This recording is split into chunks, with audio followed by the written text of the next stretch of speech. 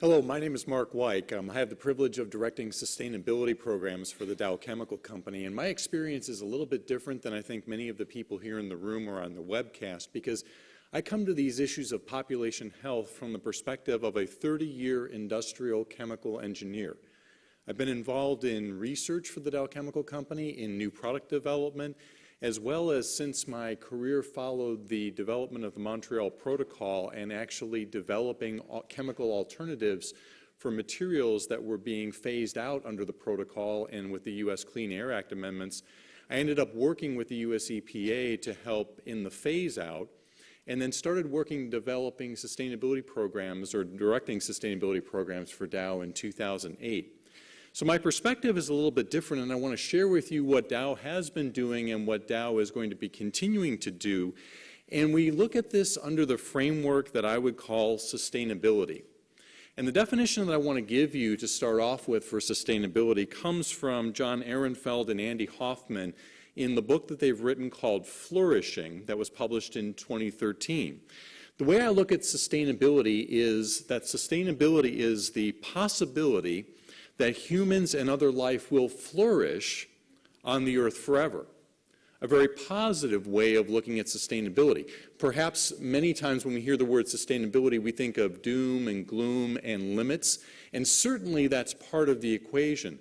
But what we want to look at is a very positive way of thinking about how will we innovate, how will we work together, how will we put together a blueprint for sustainability that involves technology advances, yes, but also public policy advances and behavioral changes from all of us that will create a far more positive and flourishing world. And to that extent, I'll give you one more book that you might want to pick up.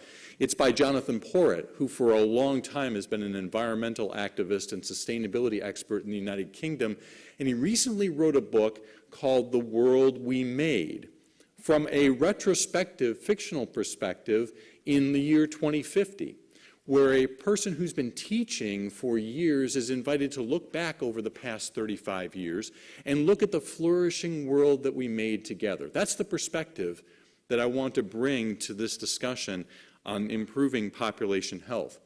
The Dow Chemical Company, for your background, is selling products, advanced chemicals, specialty chemicals and plastics in about 180 countries with 201 sites in 35 of those countries. We're involved in packaging, in water, in electronics, in coatings, in agriculture, with about $50 to $60 billion in sales and 53,000 or so employees. So what sustainability means to us is this idea of flourishing, but it drives us to make every decision with the future in mind. And with the future in mind being a future of living in light of the increasing consensus that we're moving into a new geological age that some people are calling the Anthropocene, where a lot of the changes that will be occurring to our climate and to our planet are based on what we are doing as humans in the past, as well as going into the future. So a summary slide first, and then I'll give you a little bit of detail here.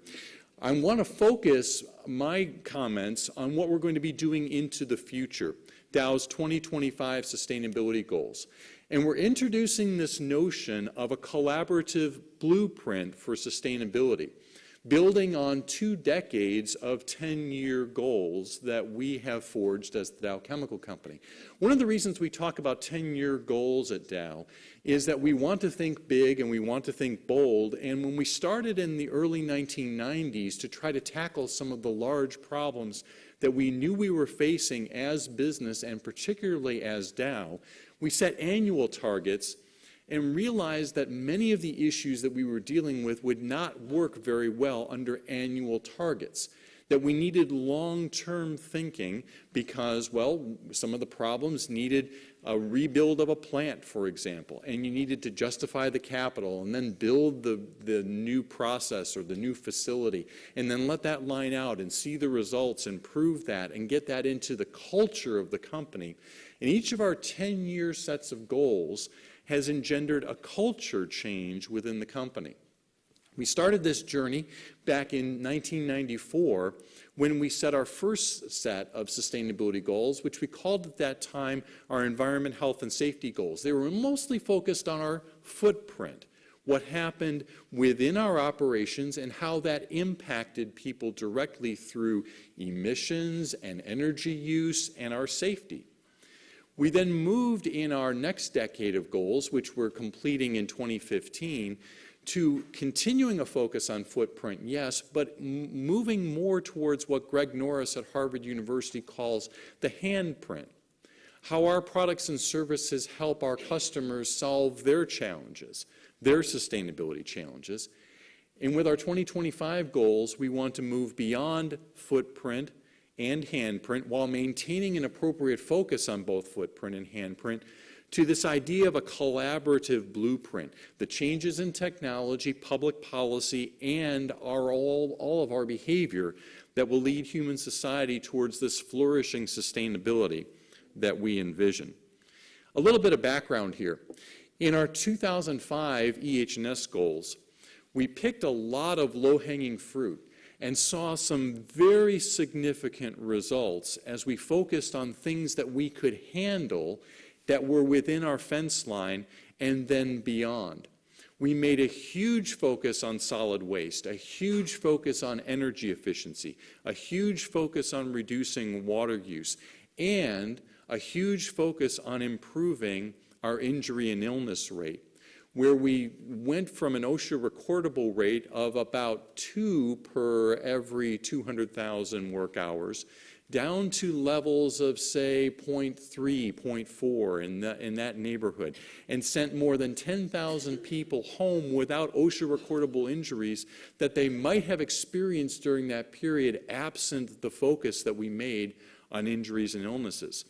And frankly, this changed the company around what might be possible by focusing on these kinds of outcomes, because we invested $1 billion during that decade. It was a very large investment, an investment that was difficult for management to decide to make, but we returned $5 billion and then continued that delivery of economic value by this focus on sustainability with our 2015 sustainability goals as well, where we moved to a focus on things like leaks, breaks, and spills, and process safety. Not that those weren't a focus in our 2005 goals, but they were a renewed focus of our 2015 goals.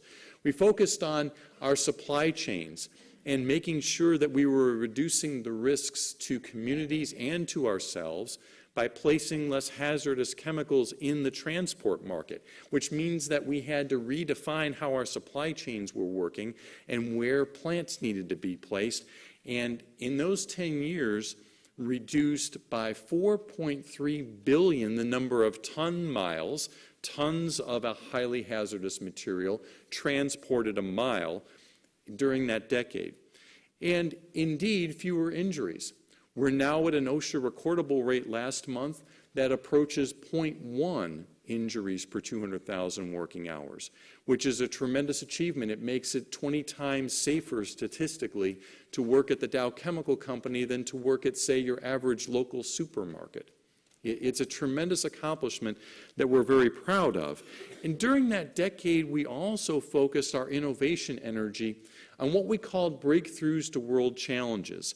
Inspired by the UN Millennium Development Goals, we focused on breakthroughs in water, in healthy oils, in energy efficiency in vehicles, as well as in making soap more affordable. And some of this was part of the pre-reading that we put out as part of the workshop, where we have replaced 1.5 billion pounds of bad fats in the American diet through our omega-9 oils, where through our film tech reverse osmosis elements, we're able to clean water to drinking standards by 30% better with 40% less energy, and saved 10 billion gallons of fuel by our Beta-Mate adhesives that are enabling automakers to meet the CAFE standards. So, for example, the Ford F-150 that reduced 750 pounds with the aluminum body, we're responsible for the innovation that enables that aluminum body to be bonded together in ways that continue to allow the normal production to go on. and our partnership with Unilever that enabled a bar of soap to be sold at 10 cents in developing economies that would actually last a month and provide a big boost to enabling their own hand washing initiative with our polyox polymers. The future is bright as far as we're concerned. We've certainly seen this in economic terms, and I appreciate Larry's comments earlier that for business, we do need to see things on a triple bottom line. Not only the environmental benefits and the social benefits, but also the economic benefits. In fact, a lot of my job within the company is translating things that sometimes seem to be just merely environmental issues or merely social issues into the economics behind them in not only the short term, but also the long term. So where are we headed in light of the issues that we all see? Well, frankly, I think we need to redefine together the role of business in society. That's a bold statement, but I really think we need to figure out ways to ensure that we're collaborating across all of the barriers that have built up over the years, and frankly, some of the mistrust that has built up between sectors over the years, and cooperate across academia, across non-governmental organizations, across civil society, across governments, and across business to make sure that we have this flourishing society that I think we all envision. Here's some of the ways that we want to focus on this in the next 10 years. And these are our ideas from the Dow Chemical Company that we launched as our 2025 sustainability goals back on April 15th. So this is all fresh. This is new for us. And one of the things that we're trying to do is to develop the kinds of dialogues with folks like you that will drive us all forward, including enabling us to succeed in our goals. The goals fall into three broader sustainability pillars. We talk about unlocking the potential of people in science with three specific goals that I'll talk about in just a couple of minutes. We talk about valuing nature, which I'll talk about in more detail, and then courageous collaboration. And that's where I want to start with goal one, which is leading a blueprint. And I want to stop for just a moment on this slide because in many ways this is an audacious statement. Dow leads in developing a societal blueprint that integrates public policy, science and technology, and value chain innovation to facilitate the transition to a sustainable planet and society. I'm not trying to be arrogant when I put out a statement like that. I'm issuing it as an invitation to dialogue and to collaboration. Many people have thought about a blueprint for sustainability over many decades. Many people have devoted their careers already to the development of this kind of blueprint. It's time to make that actionable, and particularly actionable for business that's going to need to be making a transition over the short and the long term to sustainable business models. We're going to need your help with those kinds of dialogues and those kinds of collaborations. Goal number two talks about breakthrough innovation. And yes, that's part of what we already do as the Dow Chemical Company. We invest more than $1.5 billion a year in R&D. But here's what's new, and frankly, what's scaring my colleagues in R&D. We're committing ourselves to 6 times net positive impact on sustainable development. So in other words, we use a unit of energy, we use a unit of impact, we're returning 6 times that benefit back to society. It's a different way of thinking about the 500 or so projects every year that we fund as the Dow Chemical Company, mostly internally, but also through our academic partners. Goal number 3 talks about advancing a circular economy. I think we all know that we need to move from the take, make, dispose kind of linear economy that we have today, which means that we need to place value on the things that are so-called waste today. And in places and in markets for us like packaging, like electronics, like agriculture, these will be areas where we'll be seeking partners and collaborations to develop these kinds of demonstration projects. We've already put one together with the community of Citrus Heights in California where we took previously non-recycled plastics and turned them back into fuel. That's just one demonstration of the kinds of things we want to be doing over the next decade. Goal number 4 is about valuing nature. We believe that there are a lot smarter decisions that business can be making about valuing ecosystem services. We've had a collaboration since 2011 with the Nature Conservancy on valuing ecosystem services and are starting to see very positive business results that we think can be replicated and expanded and scaled up over the coming decade to provide $1 billion in net present value for the company. And frankly, we think that other companies can do similar kinds of things at their scale. Goal number 5 is about increasing confidence in the safe use of chemical technology. And this is going to be reaching out through collaborations as well. The foundation for this will be predictive toxicology, where we continue the move from in vivo to in vitro to in silico. But it won't do any good to develop computer models that no one has confidence in. And so what we want to do is to make sure that we're inspiring confidence and achieving support for the solutions that we and others provide as we enable this blueprint of technology solutions, public policy solutions, as well as value chain behavior changes that we'll all need. In goal number 6, we're going to be engaging employees for impact. We're going to be expanding our programs of outreach from our employees and touching 1 billion people positively over the coming decade. And this is all on a foundation of world-leading operations performance in environment, health, and safety and efficiency, including a total worker health implementation that my colleague, Dr. Kathy Bossi, will be leading with her organization within the Dow Chemical Company. So I want to close here by just saying that this is an invitation to dialogue.